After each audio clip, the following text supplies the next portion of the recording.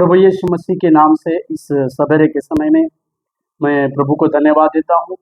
आज का उत्साहित करने वाला वचन जो पहला इतिहास का पत्री उसके 16वें अध्याय और उसके 12वें वचन को मैं पढ़ना चाहता हूँ। पहला इतिहास उसके 16वें अध्याय और उसके 12वें वचन, जहाँ पर इस प्रकार से लिखा, उसके किए हुए आश्चर्य कर्म, उसके चमत्कार और न्याय वचन स्मरण करो।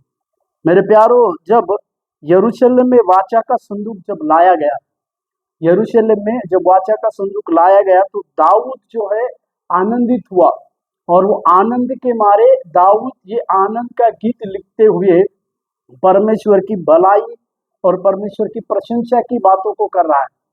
वो इस वचन में 3 महत्वपूर्ण बातों को, जो परमेश्वर हर एक व्यक्ति के जीवन में जो उसको अपनाते हैं, जो उसका वाचा का पालन करते हैं, जो उसका अनुकरण करते हैं, ऐसे व्यक्ति के जीवन में 3 प्रकार की बहुमूल्य बातें हमें परमेश्वर की उस याद करने की आवश्यकता है। उसमें दाऊद सबसे पहले कहता है कि परमेश्वर जो है जिसने आश्चर्य कर्म किए।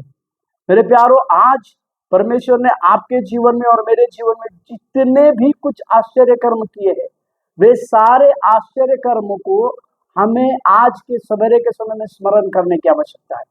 प्रभु ने हमें एक आश्चर्यकारक बातों से बचाया होगा। परमेश्वर ने उसकी भलाई और उसकी करुणा की बातों के द्वारा हमारे जीवन में बड़े कार्य किए होंगे। इसी के लिए सबसे पहले हमें उसके आश्चर्य कर्मों की ओर ध्यान लगाना है। दूसरा है चमत्कार। प्रभु ने हमारे जीवन में, जब हम प्रभु यीशु मसीह को ग्रहण किए, कई एक प्रकार के चमत्कारों को परमेश्वर ने आपके लिए और मेरे लिए किया हो। तो दूसरी चीज, उसके चमत्कारों को स्मरण करने की आवश्यकता है। जब हम मसीह में अपनी नई सृष्टि बनकर जीवन जीते हैं, तो परमेश्वर हमारे जीवन में बड़े से बड़े चमत्कार करता है। और सबसे बड़ा चमत्कार जो है, प्रभु यीशु मसीह ने हमें जो उद्धार दिया है, वो सबसे बड़ा चमत्कार है। इस बात को हम समझने की आवश्यकता है। और तीसरा बात वो कहता है, उसके न्याय वचन स्मरण करो। न्याय वचन मतलब इस पवित्र शास्त्र में परमेश्वर ने जिस जिस बातों को हमारे लिए देख कर रखा है, वो न्याय की वचने हैं या न्याय वचन है, जो परमेश्वर ने हमारे लिए रखे हुए हैं।